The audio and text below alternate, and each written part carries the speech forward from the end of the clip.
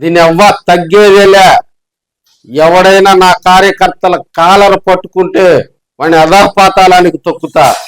ఈ మాటలు నాయి కాదు. ఒక ఎమ్మెల్యే జగన్మోహన్ రెడ్డి గారి బర్త్డేలో ఒక వైసీపీ ఎమ్మెల్యే కూడా అధికార మదమెక్కి ఎవడైనా కారు కోతలు కూస్తే వాడిపై తాట తీస్తానంటూ దీన్ని తగ్గేదే లేదంటూ ఎమ్మెల్యే తాటిపర్తి చంద్రశేఖర్ గారు, ఎర్రగొండపాలెం ఎమ్మెల్యే తాటిపర్తి చంద్రశేఖర్ గారు కూడా జగన్మోహన్ రెడ్డి గారి బర్త్డే వేడుకల్లో సంచలనమైనటువంటి మరి ఆ ప్రసంగం చేయటం జరిగింది. ఎవడు ఏమనుకున్నా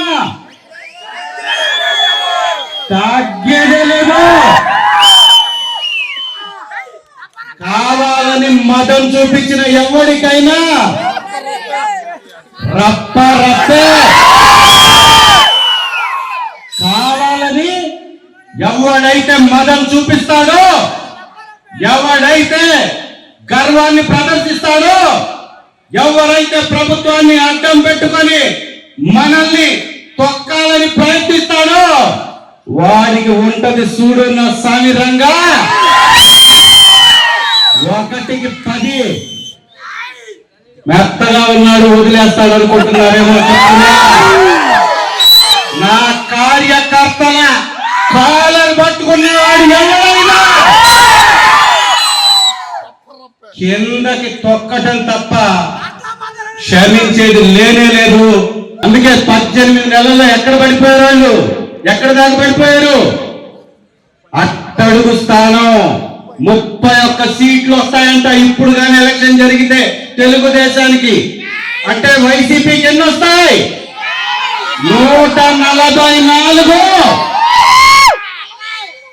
18 నెలలకే ఎట్లుంటే ఇంకొక 3.5 సంవత్సరం బ్రతికి ఆ కూటమి బట్ట కట్టగలుగుతుందా?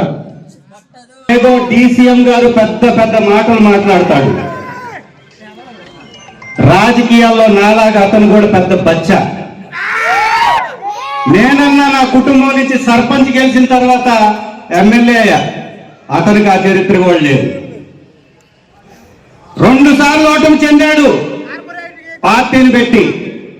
ఇప్పుడు కూడా బాధ్యత లేకుండా దెబ్బ కటింగులు కొట్టించుకొని రోజుకొక వేషం వేస్తూ, రోజుకొక కామెంట్ చేస్తూ మీ అంతు తేలుస్తాం, మీరు గతంలో ఏం పీకారు అని బాధ్యత లేకుండా మాట్లాడడం అనేది ఆయన దిగజారుడు రాజకీయానికి పరాకాష్ట. పవర్తో వచ్చిందా ఆయన మాటలు, పొగరుతో వచ్చాయా అనేది కూడా ఎర్రగొండపాలెంలో ఉన్నటువంటి కొన్ని వాట్సాప్ గ్రూపుల్లో అయితే ఎమ్మెల్యేను పొగుడుతూ కొంతమంది, ఎమ్మెల్యేను విమర్శిస్తూ కొంతమంది కూడా మరి భారీగా కూడా కామెంట్ల రూపంలో వాట్సాప్ గ్రూపుల్లో అయితే ఆయన వీడియోకు సంబంధించి చర్చ నడుస్తుందని తెలియజేసుకోవచ్చు.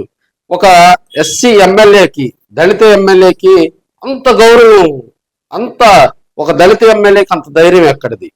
పవన్ కళ్యాణ్ గారిని తిడుతున్నాడు, చంద్రబాబు నాయుడు గారిని తిడుతున్నాడు, అక్కడ లోకల్ గా ఉన్నటువంటి ఇన్ఛార్జి ఎరిక్షన్ బాబు గారిని తిడుతున్నారు, ప్రకాశం జిల్లాలో ఉన్నటువంటి టీడీపీ సంబంధించి ఏ లీడర్నైనా ఒంటికాల మీద వెళ్తున్నాడు. మరి ఆయనకు అంత ధైర్యం ఎక్కడిది? గతంలో కనుక చూస్తే ఆయన ఎమ్మెల్యేగా కూడా పనిచేయాల. ఫస్ట్ టైం ఎమ్మెల్యేగా పనిచేస్తున్నటువంటి తాటిపర్తి చంద్రశేఖర్ గారు 2024లో మాత్రమే ఆయన ఎర్రగొండపాలెం కాన్స్టిట్యున్సీలో మరి పోటీ చేయటం జరిగింది. ఎరిక్షన్ బాబు గారి మీద ఆయన గెలుపొందటం జరిగింది. ఆయన అంతలా అవతల కూటమి ప్రభుత్వం అధికారంలోకి ఉంది, మరి అధికార పార్టీ మీద అంతలా విమర్శలు చేయడానికి గల కారణాలేంటి? ఆయనకు అంత ధైర్యం ఎక్కడ వచ్చిందని కూడా రాజకీయంగా ఒంగోలు, ప్రకాశం జిల్లాలో కూడా చర్చ నడుస్తుందని కూడా తెలియజేసుకోవచ్చు.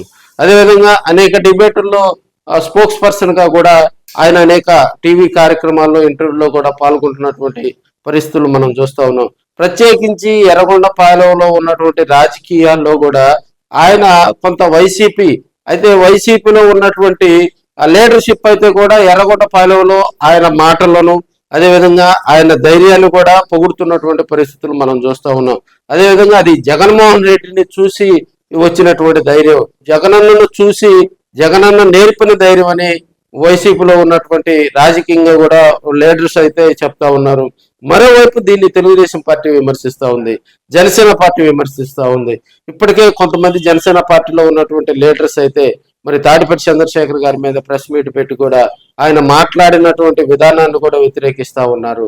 మరి ఆ మాస్ లీడరుకి అంత మరి మనగాడి ప్రసంగం చేయడానికి గల కారణాలు ఏందనేది కూడా కొంత రాజకీయంగా కూడా చర్చ నడుస్తూ ఉంది.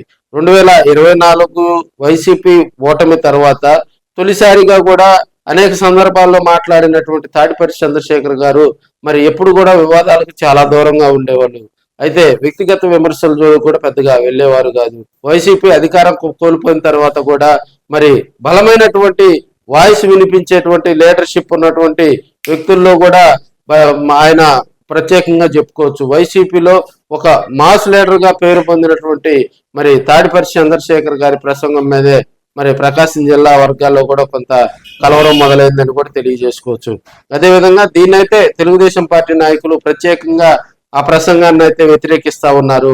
ఆయన మాట్లాడినటువంటి విధానం ఒక ఎమ్మెల్యే మరి పొగరుతో మాట్లాడారు అని వారంతా కూడా చర్చించుకుంటా ఉన్నారు. తెలుగుదేశం పార్టీ ప్రత్యేకించి ఎర్రగొండపాలెంలో ఉన్నటువంటి తెలుగుదేశం పార్టీ నాయకులైతే వైసీపీ ఎమ్మెల్యే తాడిపత్రి చంద్రశేఖర్ గారు చేసినటువంటి ప్రసంగాన్ని పూర్తిగా వ్యతిరేకిస్తా ఉన్నారని కూడా మనం తెలియజేసుకోవచ్చు. రాబోయే రోజుల్లో మరి ఈయన ఇదే రకమైనటువంటి ప్రసంగాలతో గనక ముందుకెళ్తే మరి ఎర్రగొండపాలెం రాజకీయాలు వేడెక్కుతాయని కూడా చెప్పుకోవచ్చు. ఏదైనా కూడా జగన్మోహన్ రెడ్డి గారు ఇచ్చినటువంటి ధైర్యంతో తాను రాజకీయాల్లో కూడా ఒక హైప్ వచ్చిందని, రాజకీయాల్లో కూడా అవినీతిని ప్రశ్నిస్తానని, ఏదైనా కూడా కార్యకర్తల జోలికి వస్తే దీని ఎవ్వ తగ్గేదే లేదంటూ కూడా ఆయన చేసినటువంటి ప్రసంగం కూడా ఆంధ్రప్రదేశ్ రాష్ట్ర రాజకీయాల్లో హాట్ టాపిక్ గా మారాయని తెలియజేసుకోవచ్చు.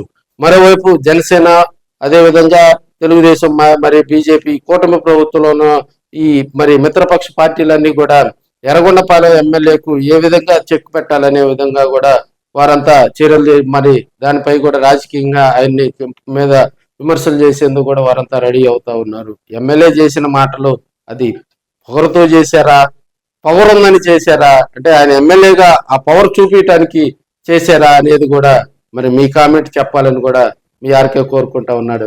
ఈ వీడియోపై మీరు స్పష్టమైనటువంటి కామెంట్ తెలియజేయండి. దీని ఎవడు ఏమనుకున్నా